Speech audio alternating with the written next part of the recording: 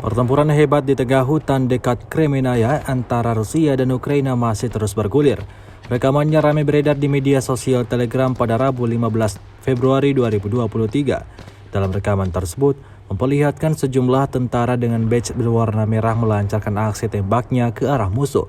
Disebutkan juga bahwa infanteri bersayap menghalau langsung serangan dari angkatan bersenjata Ukraina seperti yang terlihat dalam rekaman. Memasuki hari ke-357, Rusia melaporkan secara total 385 pesawat Ukraina, 208 helikopter, 3.121 kendaraan udara tak berawak, 404 sistem rudal anti pesawat dieliminir sejak awal operasi khusus. Dari kubu Kiev, Kementerian Pertahanan Ukraina melaporkan 740 tentara Rusia dieliminir dalam 24 jam terakhir.